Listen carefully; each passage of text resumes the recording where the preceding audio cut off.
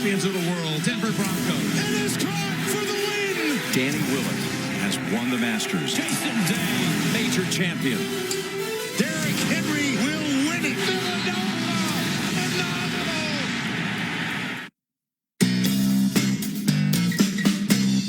Happy Thanksgiving, everybody. The Vikings and the Lions have their game plan for today, and so do we. So let's go over that checklist right now. Okay, remote control. Look, you're probably sitting on it. Just dig it out and throw it away. You're not going to need it. You're going to be locked on CBS all day today. Next, comfort. Okay, make sure you get a loose-fitting team jersey. Last year, I don't know why, I threw on a medium. I almost passed out.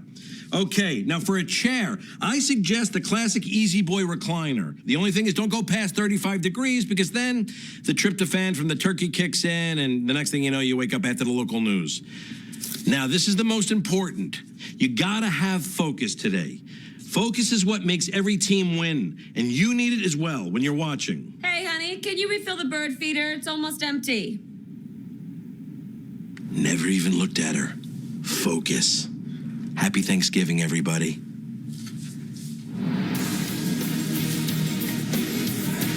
Today is what? It's Thanksgiving, JB. Save me some turkey legs. Oh, partner, it is indeed Thanksgiving Day, and we are less than half an hour from our key NFC North Division showdown in Detroit, where more than 65,000 fans are making their way into Ford Field. They are looking to see the Lions take on the Minnesota Vikings. And here comes Sam Bradford completing 70% of his passes, 12 TDs, 2 interceptions. Will not have his leading receiver, Stephon Diggs, as he leads a 32nd ranked offense into today's game. And there's Matthew Stafford, who leads in the Cardiac Cats, who look for their 4th win in a row on Turkey Day and sole possession of the NFC North. Xavier Rhodes, last week's NFC Defensive Player of the Week on the Minnesota defense, number 3 ranked defense. He had 2 interceptions last week, 1 for 100 yards. And there's Golden Tate, one of Matthew Stafford's favorite targets. Last time these two teams got together, he had 11 catches, 79 yards, and most importantly, he caught the game-winning touchdown. And happy Thanksgiving, everyone. Welcome to a special holiday edition of the NFL Today, presented by Southwest Airlines. You know, today's game marks 60 years since the first Thanksgiving Day broadcast right here on CBS, and all of us here are indeed thankful to carry on this holiday tradition. I'm James Brown, alongside my guys. They will be Tony, Coach Bart, and Boomer.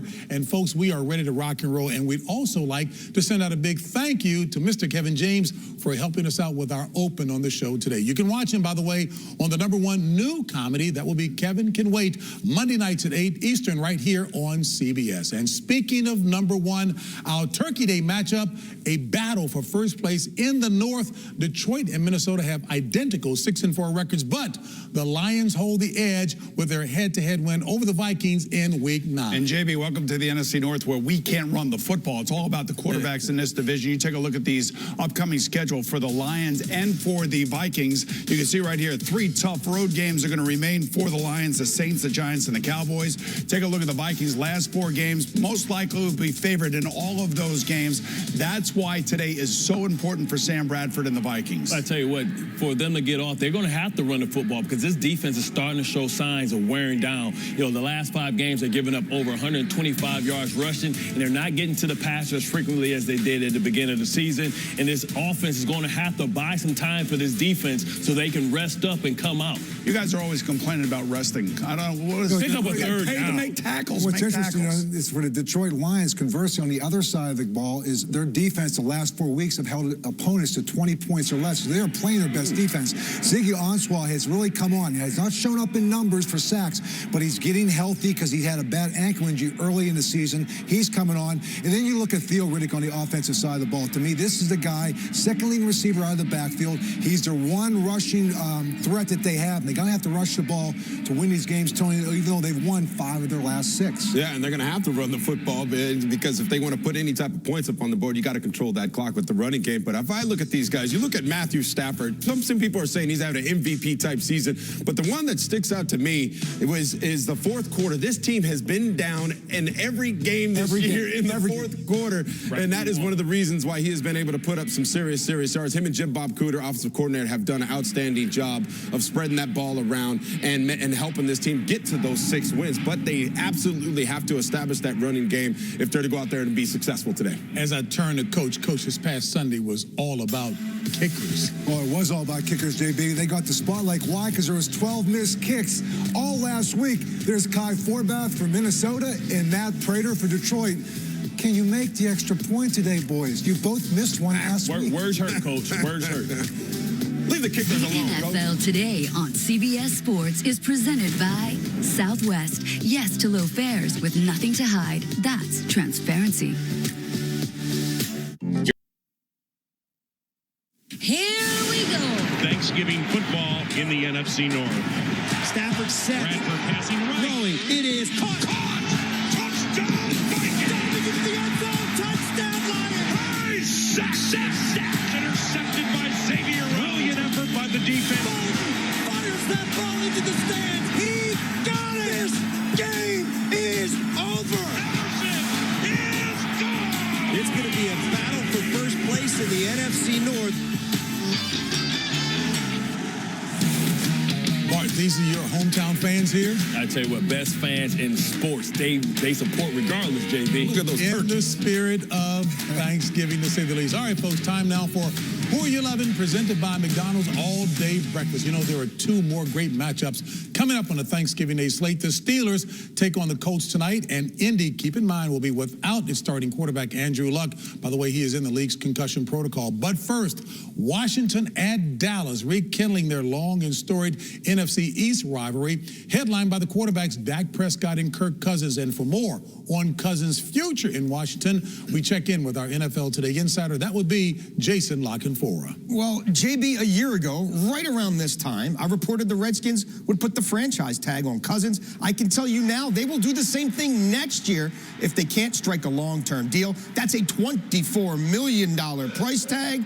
But what I am told, the Redskins are prepared to go there to keep Cousins off the open market. Big bucks, boom, even for you. Yes. But if they don't pay him, someone else will.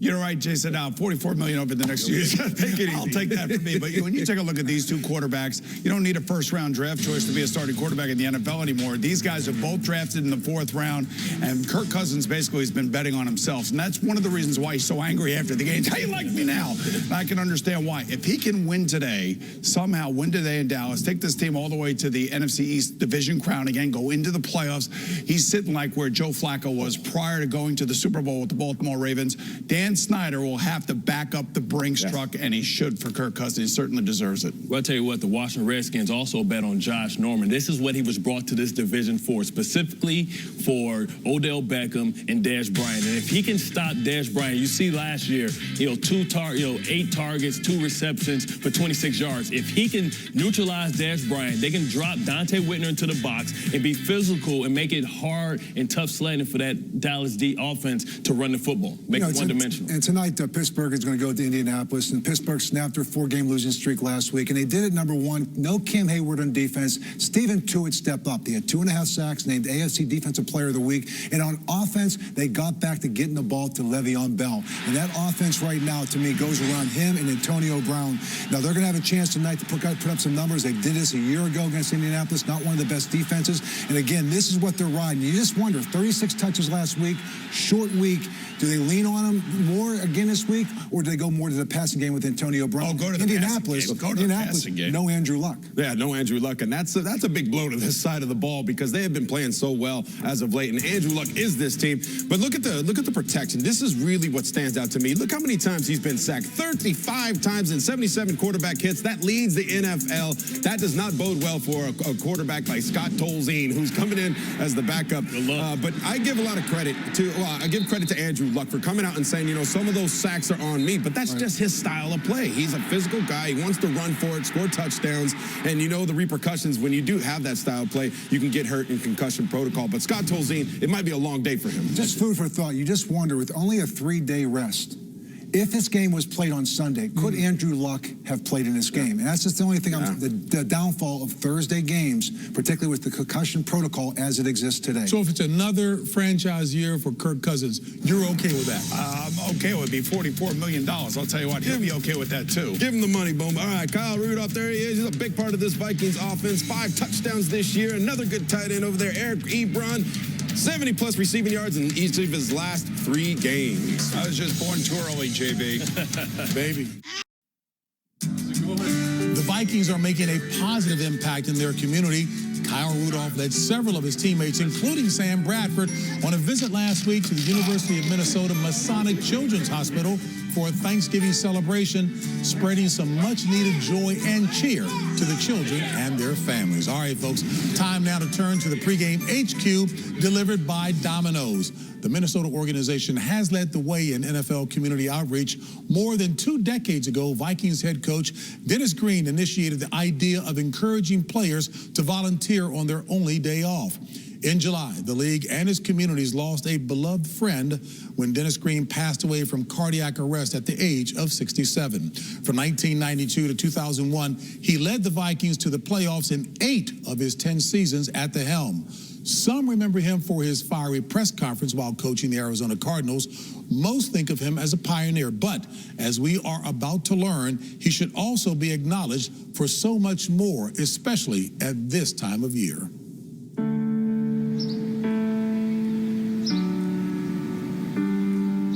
When I think of Denny Green, many things come to mind, and Thanksgiving is definitely one of them. We knew that there would always be extra people at our Thanksgiving table. Just laid on those throws. Let's get that timing down. It might be a player, it might be somebody who works in the office. Faith, family, and football is what Dennis Green really put forth to all his players. Zachary, Dennis William Green born on Friday. Great weekend getting preparation. Out on the field, beat the Saints. And I get to pick him up at 5:30. So that's a beautiful thing to see his father announcing to the world that our son Zach was born. Yeah, Denny wanted to win, but family was so important to him. He just made it so easy to do your job as a father as well as a coach. Well, everything about Denny, when he was a college player, when he was assistant coach, very, very cognizant of the place of the player in the community as a whole. We started a bunch of programs. On Mondays, team meetings, he would always champion the guys to get out in the community. You got to want to be good as an individual, and then that individualness has to turn into what you want to get accomplished as a team. We touched elementary schools, hospitals, I mean, you name it, we touched. And I think it was the blueprint for what the NFL views as Community Tuesdays, which is a Denny Green program that he started 20 years ago. I'd been around football a long time, and I'd seen community relations departments, I'd seen PR departments do that, encourage the players. I'd never seen a head coach go to that length of saying, hey, we've got to do this. Well, he cared about people. All right, OT. Thank you. Thank you. Appreciate it. He just wanted them as players to go back to the time when they were young and dreaming like those kids who aspire to want to be in the National Football League.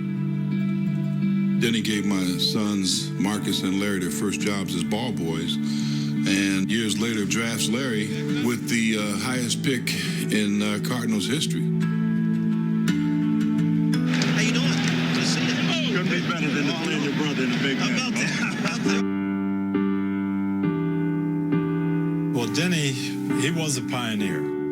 He was one of the first young African-American coaches that I came across in the National Football League. I was a third-year player with the 49ers. He was my special teams coach, and I saw him as a role model. I see Dennis as someone who was proud of breaking barriers and making things the way they should be. And now the fun starts, man. Now that's what it's all about. He was the first African-American head coach in the Big Ten. He was the first African-American head coach in what was the Pac-10. Second African-American coach in NFL recent history. He never really looked at it as, look at me, I'm achieving these things. He looked at it as, I can help try to make the path a little smoother for the people that were following him. This wasn't just something he read in a leadership manual. This wasn't just something, geez, this will look good. This was to his core. Greatest catch I've ever seen. I've seen them all. It would have been very fitting for Denny to be the first African-American coach to win a Super Bowl. Didn't happen. We come along and win it. And I certainly thought about him as the clock was winding down, and I knew I was going to go up on that podium as the first African-American coach to win that game. But a big part of me was thinking, thank you, Denny. Wouldn't be here without you. Dennis went into cardiac arrest on July 2nd. I got a call from Marie. She told me that he wasn't doing well. Dennis fought really hard to live. He loved life, and he fought so hard. It hurt to lose a guy who was so young and had so much to give. He was just so genuinely interested and cared about you as a person. That was Denny through and through. He helped me be a better person. Dennis never let us down. He just never let us down. Many thanks to Mrs. Green and all who participated with our producer, Charlie Bloom, and that really represented the totality of Denny Green. And, Coach, I know you've often said we tend to focus on the behavior of the aberrant few, but this is the NFL, you know. Yeah, it is. And, Denny and I came into the league in 1992 as both first-time head coaches in the league, and we both won early. And I just remember at the league meetings, this guy was so well-respected. And I think, as you saw in that piece, is Denny always talked about the player's role, and whether it be in the community or even as a role model, the responsibilities you had with that. And when he got up and spoke at the league meetings, people listened. He will be sorely missed because he touched a lot of people in the NFL community, JB. No question about that, Coach. All right, we're getting ready for the show. Coming up. And there's Mike Zimmer continuing the legacy of the Minnesota head coach. He takes on the Detroit Lions today. Nice, Coach.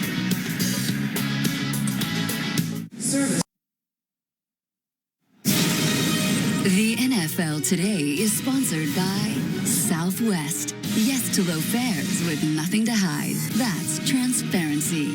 Verizon, it's always a great gift on Verizon. And by Kay Jewelers. For 100 years, every kiss begins with Kay. Call it plays in there. Heads is the call. He said heads, it is a tails. You said... He said tails, he didn't say it. Every Thanksgiving, Coach, we got to go through this. You're changing the head. Look at Bill Cowher's look. Bill's like, who do I go and rip here? You know, look at this. He said, she said. That's exactly what it was. You know what this has been bothering me since we started the show. You pointed out the field goal kickers when they miss. Yes. They do have families and are all sitting around getting ready to have some turkey. So how's that feel? No, it feels terrible, Boom, because you know what that was? Let me tell you, 1998, we had a very good record going in. We lost. We didn't win a game the rest of the year after this loss. And what happened is our kicker, we kicked off. We had a short kickoff. They returned the ball to the 40-yard line. They had 2 first downs, kicked the field goal. There was no overtime rule like today. We never touched the ball in overtime. Did you see the look on his face, though? The world's smallest violin. You do. You have your Carnell Lake, Jerome Bennis. I leave my kids with him. They're coming here saying that he's wrong. Phil Luckett comes in and he goes, no, this is what they said. I don't know. You're telling me. You guys were out there. I can hear it. Like, okay, I'm going to believe my players. I mean, Phil, with all due respect. Bottom line, folks, guess what?